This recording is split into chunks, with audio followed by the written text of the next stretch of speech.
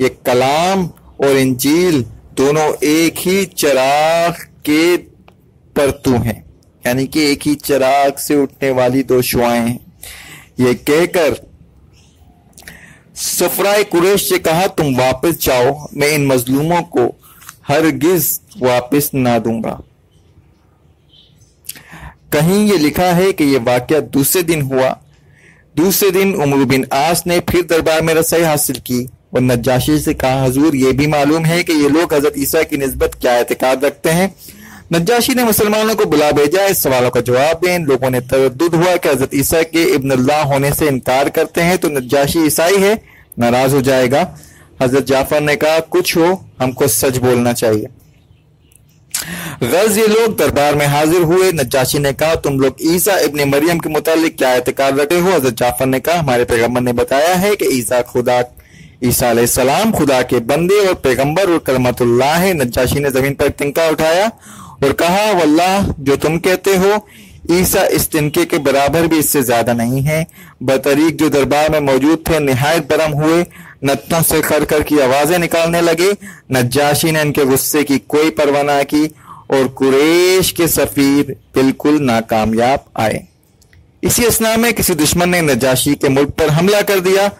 نجاشی اس کے مقابلے کے لیے خود گیا۔ صحابہ نے مشورہ کیا ہم میں سے ایک شخص جائے اور خبر بھیجتا رہے، اگر ضرورت ہو تو ہم بھی نجاشی کی مدد کے لیے آئیں۔ حضرت زبیر رضی اللہ تعالیٰ عنہ اگرچہ سب سے کم سن تھے لیکن انہوں نے اس خدمت کے لیے اپنے آپ کو پیش کیا۔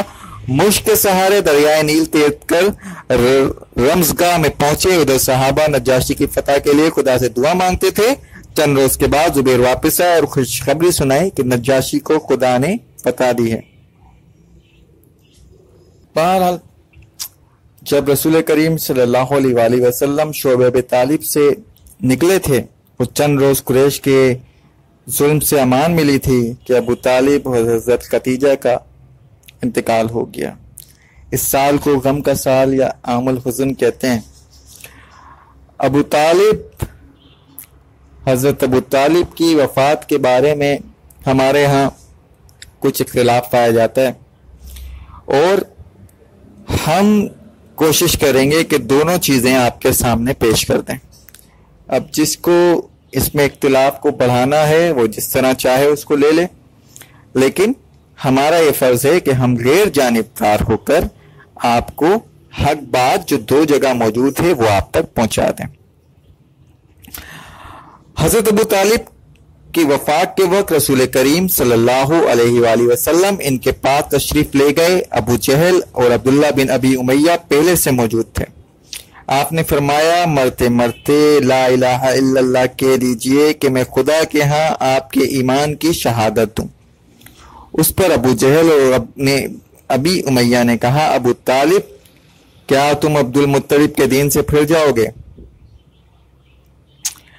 حضرت ابو طالب رسول کریم صلی اللہ علیہ وآلہ وسلم سے کہا کہ میں آپ کی آنکھیں ضرور ٹھنڈی کر دیتا، لیکن میری قوم یہ کہے گی کہ موت کے ڈر سے میں نے کلمہ پڑھ لیا۔ ابو طالب نے کہا میں عبد المطلب کے دین پر مرتا ہوں۔ پھر رسول کریم صلی اللہ علیہ وآلہ وسلم کی طرف خطاب کر کے کہا میں وہ کلمہ کہہ دیتا لیکن قریش کہیں گے کہ موت سے ڈر گیا۔ آپ صلی اللہ علیہ وآلہ وسلم نے فرمایا میں آپ کے لیے دعائے مغفرت کروں گا جب تک خدا مجھ کو اس سے منع نہ کر دے۔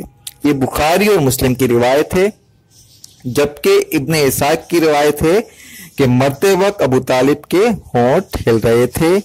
حضرت عباس رضی اللہ تعالیٰ عنہ جو اس وقت تک کافر تھے کان لگا کر سنا تو رسول کریم صلی اللہ علیہ وآلہ وسلم سے کہا کہ تم نے جس کلمے کے لیے کہا ہے ابو طالب وہی کہہ رہے تھے۔ اس بنا پر ابو طالب کے اسلام کے متعلق اختلاف ہے، لیکن چونکہ بخاری کی روایت کو صحیح مانا جاتا ہے عموماً اس لیے محدثین زیادہ تر ان کے کفر کے قائل ہیں، لیکن محدثانہ حیثیت سے بخاری کی روایت چندہ قابل حجت نہیں کہ اخیر راوی مسیب ہیں جو فتح مکہ میں اسلام لائے اور ابو طالب کے وفات کے وقت موجود نہ تھے۔ اس بنا پر علامہ عینی نے اس حدیث کی شرح میں لکھا ہے کہ روایت مرسل ہے۔ ابن اسحاق نے سلسلہ روایت میں عباس بن عبداللہ بن معبد بن عبداللہ بن عباس، یہ دونوں سکا ہیں، لیکن بیچ میں ایک راوی یہاں بھی رہ گیا۔ اس بنا پر دونوں روایتوں کے درجہ اسناد میں چندہ فرق نہیں۔ صحیح بخاری باب الجزائر و مسلم، ابو طالب کا آخر فقرہ مسلم میں ہے، بخاری میں نہیں ہے۔ ابن حشام مبتوع عین الکتاب الجزائر، مصنف کے اس نظریے سے مجھے اتفاق نہیں، اس لیے بخاری کی روایت کے آخر راوی حضرت مسیب ہیں جو صحابی تھے۔ ظاہر ہے کہ صحابی کی روایت کسی صحابی سے ہی ہوگی، اس لیے مراسیل صحابہ حجت ہیں۔ ابن اسحاق کی روایت منقطع ہے اور چھوٹا ہو راوی صحابی نہیں ہے، مطلب جو راوی بیچ میں سے غائب ہے۔ دیکھیے یہ جو روایت ہیں اس کو سمجھ لیجئے کہ ان راویوں کو سمجھنے کے لیے علم الرجال، یعنی کہ لوگوں کا، رجال کہتے ہیں مرد کو، مرد کی جمع ہے کہ ان کا علم، یہ پورا حدیثوں کو مرتب کرنے کے لیے علم الرجال کا وجود آیا کہ وہ ہر راوی کے بارے میں اپنی پوری تحقیق کیا کرتے تھے، پورا ایک علم بنایا گیا تاکہ حدیث کو صحیح طور پر لیا جائے۔ حضرت مسیب کی اس روایت کی تائید میں خود حضرت عباس کی وہ روایت ہے جو مسیب والی روایت سے اوپر صحیح بخاری میں موجود ہے۔ کہیں ذکر ہے کہ حضرت عباس نے دریافت کیا، یا رسول اللہ، آپ کے چچا ابو طالب آپ صلی اللہ علیہ وآلہ وسلم کو فائدہ پہنچے، وہ آپ کی حفاظت کرتے تھے، آپ کے لیے دشمنوں سے برسر پرخاش رہے۔ فرمایا وہ دوزخ کی آگ میں صرف تفنے تک ہیں، مگر اس کا اثر بھی دماغ تک پہنچ جاتا ہے، اگر میں نہ ہوتا تو وہ دوزخ کے سب سے نیچے طبقے میں ہوتے۔ اس سے معلوم ہوا کہ خود حضرت عباس کے علم میں ان کا توحید پر خاتمہ و اقرار نہیں ہے۔ اس مضمون کی روایت حضرت ابو سعید خدری سے بھی ہے جو صحیح بخاری باب القصہ ابو طالب میں موجود ہے۔ اس بحث سے قطع نظر بہرحال اس طرح حضرت ابو طالب اس دار پانی سے رخصت ہو گئے۔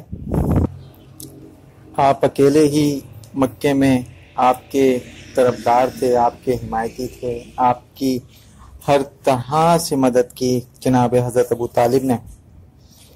باقی جو روایتیں وہ میں نے آپ کے سامنے پیش کر دی، بھائی جس کا دل جس پہ مطمئن ہے وہ اپنی بات اس میں سے لے سکتا ہے۔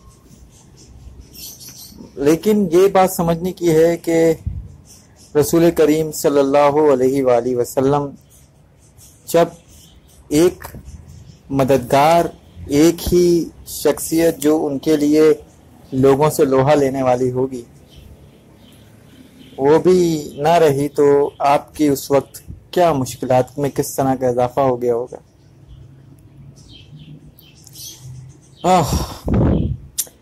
ملا اس قید سے آخر مسلمانوں کو چھٹکارا، اسی انداز سے بہنے لگی تبلیغ کی دارا۔ روایت ہے کہ 10واں سال تھا عہد نبوت کا، کہ ٹوٹا آخری رشتہ بھی انسانی حمایت کا۔ ابو طالب سدھارے جانب ملک عدم آخر، اٹھے سر سے چچا کا سایہ لطف و کرم آخر۔